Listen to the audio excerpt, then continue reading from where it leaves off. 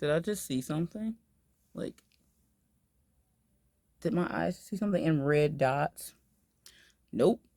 We not doing that. No, sir. Let's not do that. No, no, no, no, no.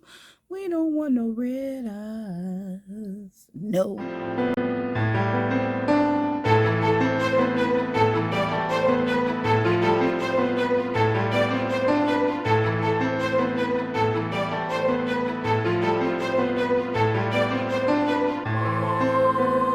Hello everyone, author DL Tillery here, the Mistress of Horror, and welcome back to my channel. Before we get started, but you press that subscribe button and ring that bell so you know when I'm uploading new videos. Welcome to Mistress, Mood, and Candlelight, where I talk about horror movies, horror video games, and horror books while I put on makeup for your viewing pleasure. So this episode, I am reviewing Behind Colin's Eyes from the Indigenous dark fiction anthology Never Whistle at Night. This collection has many authors in it and many tales. I decided to cover this one because I do know of Shane Hawk and came across his story after reading a few other tales and decided to cover this one in my review. I am celebrating the Native American Heritage Month. If you are unaware of that, I am also Native American, and I figured this month is a good month to cover some more horror-based Native American tales. I will talk about going forward, like how I came across it, why I came across it, and such things like that. But I hope you enjoy it and check out this author. He does have some other tales and is plenty of other authors in the novel Never Whistle at Night. So I will see you on the flip side. Enjoy the tale behind Colin's eye. Hello, and it's time to prime for the premiere of Behind Colin's Eyes from the Never Whistle at Night Indigenous dark fiction anthology. Let's jump into it. It's Native American Heritage Month. You know, I will always do something for that in my channel as well. I think it was a couple years ago I actually did like some horror native books, and this one is no exception. This is a collection of said type of stories by native, and a lot of the characters in these stories are native. So that actually worked out pretty well. I came across this book because I was in a search of actual like horror tales by Native American writers. It didn't necessarily matter if the characters were going to be native, but I was looking for authors, other authors who were also native, who wrote horror.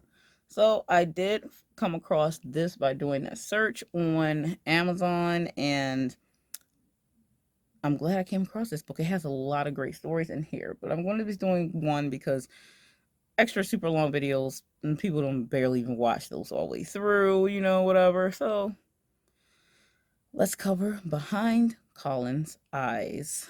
It's a very interesting one, to say the least. Behind Colin's Eyes was the one of the first stories that I read it, and it's like in the center. I like to flip through, and then a title that catches my eye, then I'll read it. I don't always just read from the front to back in collections or anthologies. So in this case, I just flipped and I saw the name, and I was like, oh, I know who Sean Hawk is, who is the author. So I just decided to take his story first. And yeah, that's here we are. All right, I'm primed for the premiere of Behind Colin's Eyes. So let's jump into the tale. The story starts off with a young Colin who is 10 years old in his living room. He is just, staying up apparently because he's guarding the house, which I was like, wait, what was happening here? Is something already going on? Right at the jump of the story.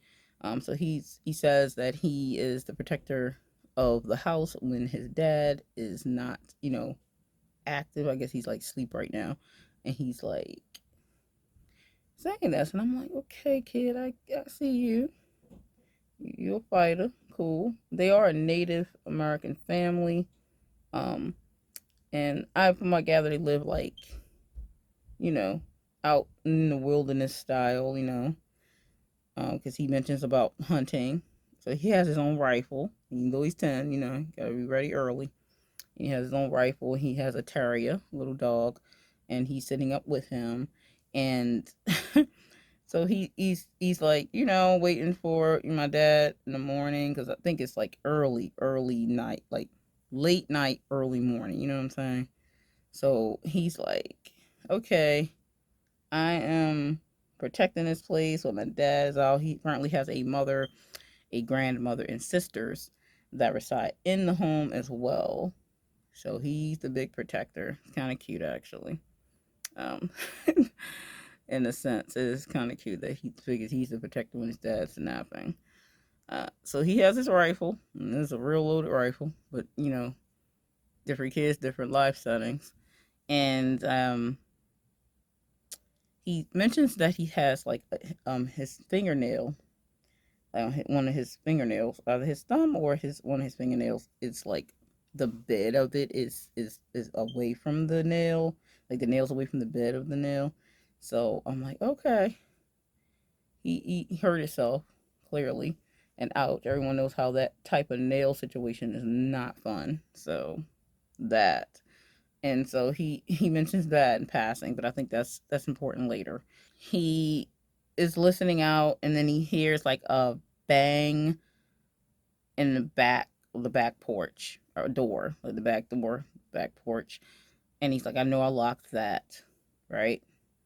Already building the suspense here. So the dog looks, and the dog's name is Tiny. The dog looks, and then he looks, and he's like, okay, well, I need to go check that because I know I locked it. And so they go check it out. And while right before that, like right when they get back there, like they said that he says that the windows are left open because they use the back porch area for like the food that they drag in. So when they go hunting, and he said like it's really somewhat detail written, some of the situations, because he brings up the fact that the last thing that they dragged in, like it's there's from the dark corner, and how you know the sound is coming from the corner. So it's pretty atmospherically built for horror, but like very in the native setting still.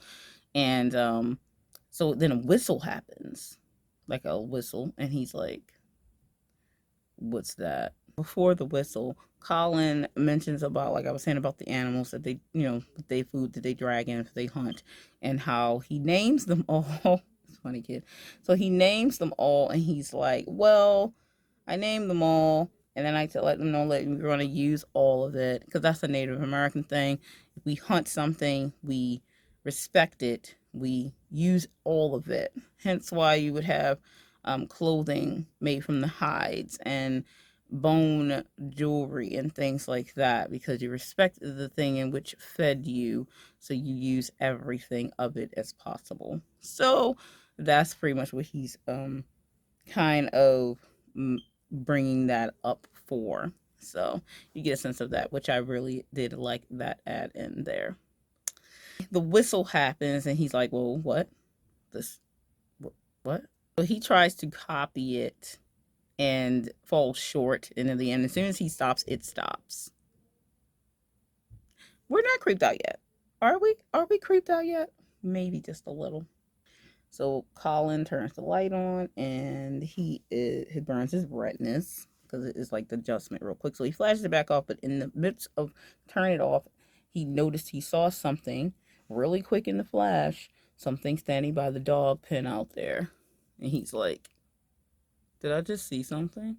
Like, did my eyes see something in red dots? Nope. We not doing that. No, sir. Let's not do that. No, no, no, no, no. We don't want no red eyes. No. Colin readies his gun. He's like, no, I know I saw something. So he readies his gun, and like, like I know I saw something tall, but there's nothing there. Just a snow-covered yard. Snow-covered yard. Nothing there. He releases his trigger finger, and it's like, I thought for sure I saw like a man or a tree, or maybe both together. I don't know.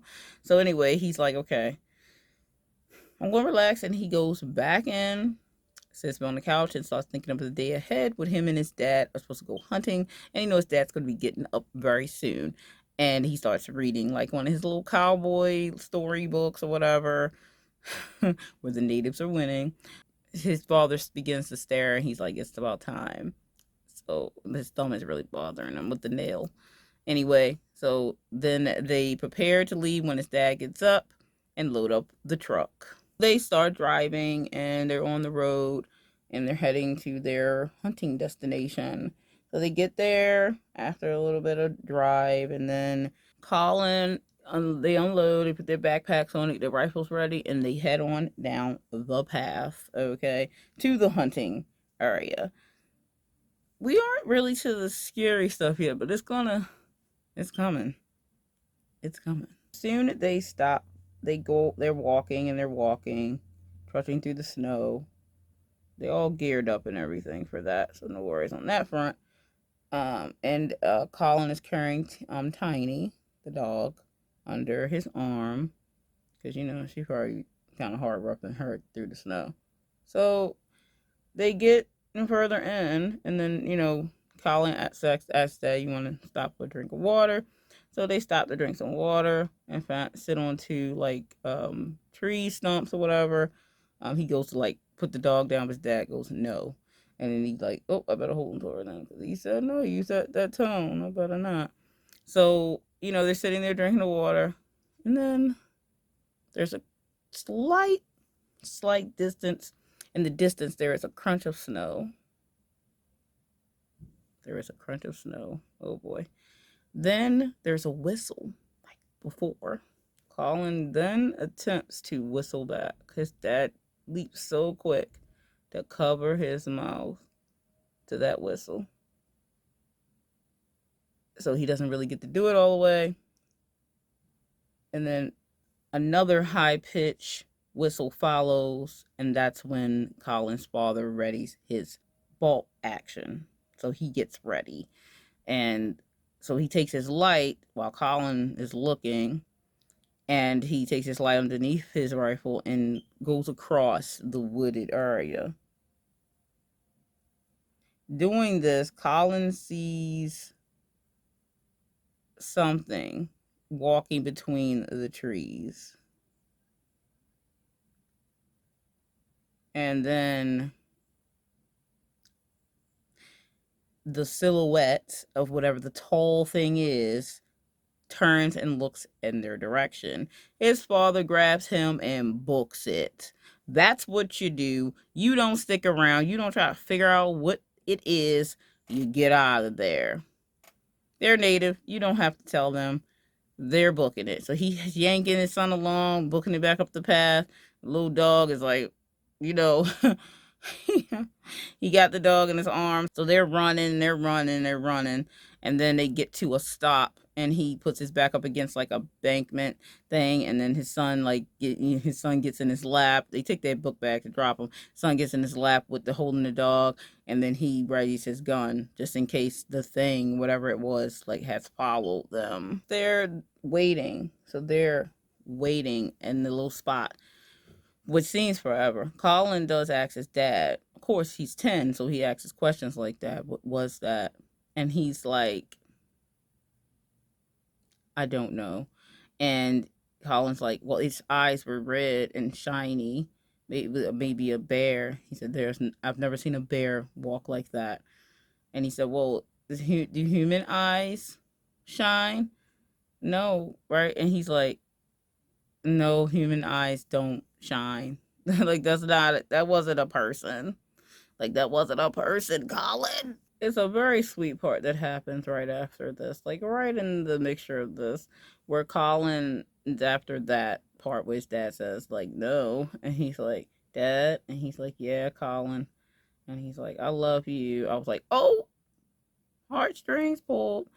And he's like, I love you too, my boy. I was like, y'all need to, like, Sean Hawk, you need to stop. Like, we in the middle of being scared and you gonna give us the feels like that? Like, no, I love it. It was great. I love dad and this kid's, like, relationship type situation. So, because I lost my dad real early. and I think it's always nice to read it. So I think that's really cool. The next scene occurs where Colin wakes up from dozing off. It was hours and hours, so the sun is up, and his dad is napping. He was on watch, and he dozed off because he's tired. Colin wakes up and then wakes up from his dozing, and he feels like blood in his mouth. So he reaches in and like there's two loose teeth. So he loses two teeth, two molars, but these are his permanent teeth. So there's no reason for him to lose those. Like I don't know what the what. So all of a sudden this is occurring. I don't know why Colin is losing two teeth right now. Like I don't know why. He is like I don't know what's going on, but he pulls them. You know how a kid, when you have a loose tooth, you just pull it so it's like sore. And he pulls it and he spits both in his hand, in his right hand to be exact. Um, then he like looks down at his left hand, and that's the hand where the nail bed was loose from the one nail. All of his nails are gone now. Like all of them are gone now. And he got the two teeth in his hand, but then he feels like something in his right hand moving out of the corner of his eye. And he brings this hand up to his eye level.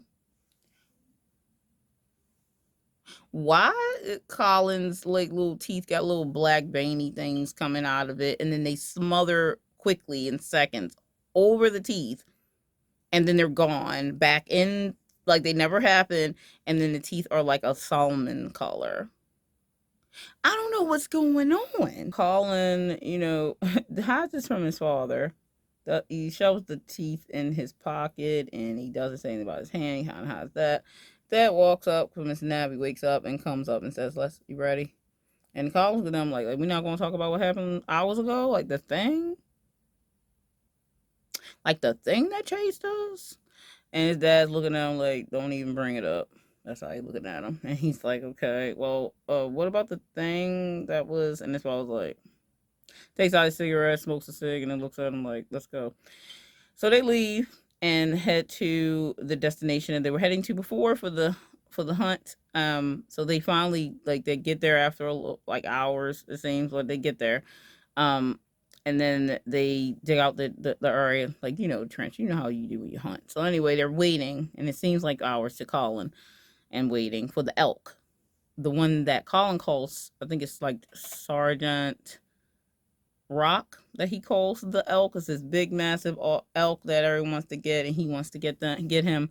So that's his target, and his dad's going to take out some of the extra ones that may be around, smaller elks or whatever. That's the plan. The elk shows up with his little entourage, and needless to say, they raise their rifles, and then Colin's dad takes his target down one shot. Colin takes his shot to the Sergeant Rock. I'm quite sure it's Sergeant Rock, something like that. And he takes the shot for that elk. He does not go down. He hits him, but he's like, shakes it off. Like, what? Who hit me? And so he takes the shot, and he's like, wait, I know I hit him. So he takes a second shot, and the thing like turns and looks at them, and then like barks at him, like what? And then the other one was down. The other one scattered. The other little ones over there were, and then he takes off, and then Colin takes off after. Colin's like, I'm getting this. This is the target I've been wanting. So Colin takes off running, and his father yells his name and chases after him. So they're running, and then there's like he's following the Sergeant Rock, and then something weird happens while Colin said he sees blood on the trail, so he obviously hit him. But then, like in the distance, he kind of like losing him, but he sees him like, is he running on two legs now? Like what's going on? So he chases him, and the dad and the dog are caught up to him, and then there's blood, and they follow it.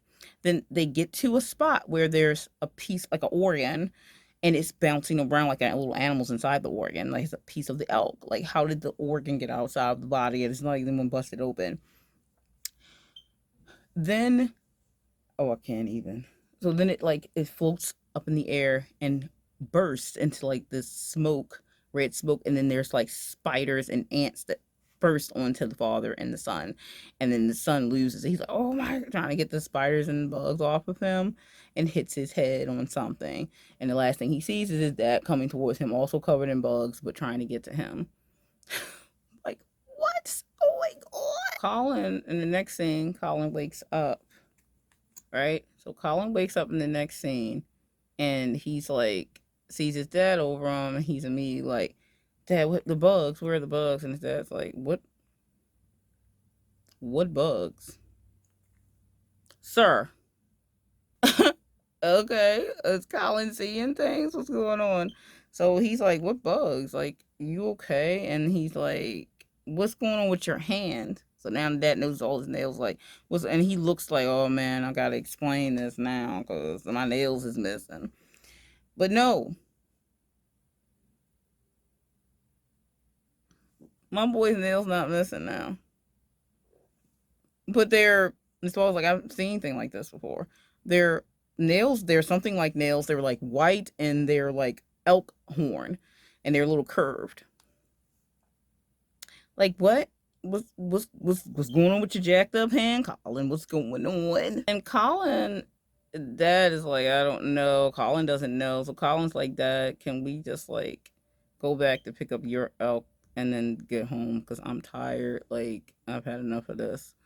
So he's like, okay. I'm like, nah, your jacked up hand, we need to see what's going on with that. But anyway, we guess we gotta go home for that. So they like head back. Okay. They get back to with the elk that his dad shot was, and the elk is tore up. Like the hooves are missing, the eyes is gouged out, the throat is gashed open. It's tore up. He just took it down with a shot. Like, what happened to it in that little bit of time? What's going on? I'm like, did a monster get it? Like, from the way it's described of being torn up. So they're like, what? And then Colin throws up off to the side. And his dad's like, oh my God, like, you okay? Like, what's going on? He don't want to look directly at it because apparently, like, throw up bothers him, but I don't know who throw up don't bother. That's the question. He throws up his, like, two teeth are next to, like, the jerky and stuff. And he's like, Dad doesn't notice it because he's not looking directly at it. And it's black and red, so obviously blood, and then the black stuff, and who knows what that is. And then he like grabbed his hand, his left hand that's like elk horn nails, reaches towards the teeth that he spit out, two molars. And he's like, wait, didn't I have two molars in my pocket earlier? Nope, they gone. So then he takes them and jams the teeth back up into the gums. What happened, Colin? My Colin's 10, but he's like my boy hardcore or something. I don't know what's going on.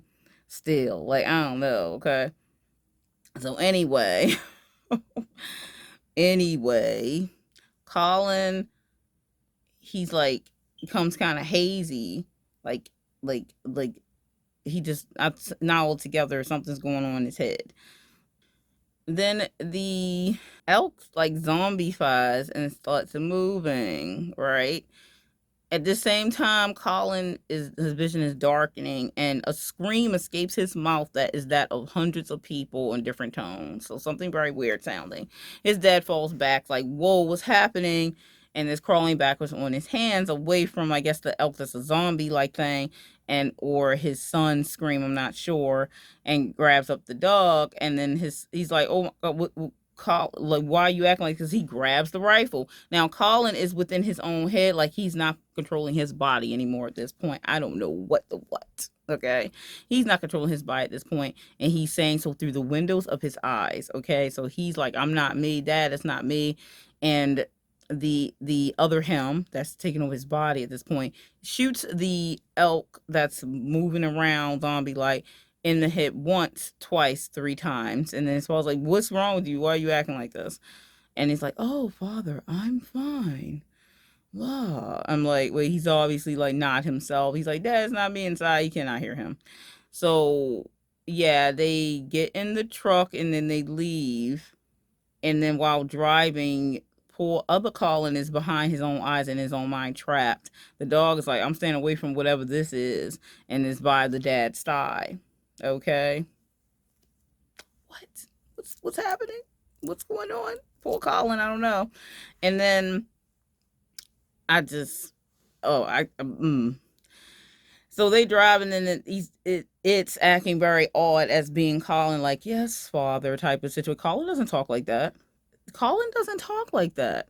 So his father's like, it's like, where are we going, father? You going to hell. That's where you go. Well, the final look before I finish this out. And Colin is stuck inside his own head. This thing has taken him over, but I think his dad is on to him because he's not going home. When it asks, where are we going, father? Like that. His father says, we're going to Colin's uncle's house. I forget his name, but they're going to the uncle's house that he mentioned. Colin mentioned him earlier on in the story about how he got into an accident. Him and his dad would go on hunting trips together, and he got into an accident, so he hasn't been going. And so they're going up there, and the father. Reason why I think the father is aware of what's happening and what is happening is because he's going there for some medicine for an ailment that they suffered long ago to the thing. And it's like, oh, but then it does, like, they do like a fade into like Colin's going deeper into his mind, and the thing speaks to Colin. Thing says, your body is mine, and this time your family won't be able to kill me. I'm like, what? This thing is like some kind of weird spirit thing that returned and like took over Paul Collins' body. So that's how it ends, how it concludes. I didn't talk exactly about every single little detail because you do want to read this for yourself. But I really enjoyed it. I thought it was different. I don't know exactly everything that would be like why this happened to Colin, like what was the little instances of like his nails and the teeth. I'm assuming those are leads up to being possessed by said being or whatever. Um and yeah, so we don't know the exact conclusion, but I assume since the family was able to beat it before, then they'll be able to beat it again. I don't know what instance when it was around or whatever. But yeah, so that's how it ends. I did enjoy it. I probably would give this like a 4 or 3.5 out of 5, simply because of the not concluding that, at least what the thing, why it was taking over Colin, or like how these things were happening to Colin. It seems that it was already something that was in play because of the fingernail being like that at the beginning. I don't know. But I did enjoy it because horror, in the end of the day, they sometimes some horror leaves you on a cliffhanger. You'll be thinking about like what, which is the whole point, of course.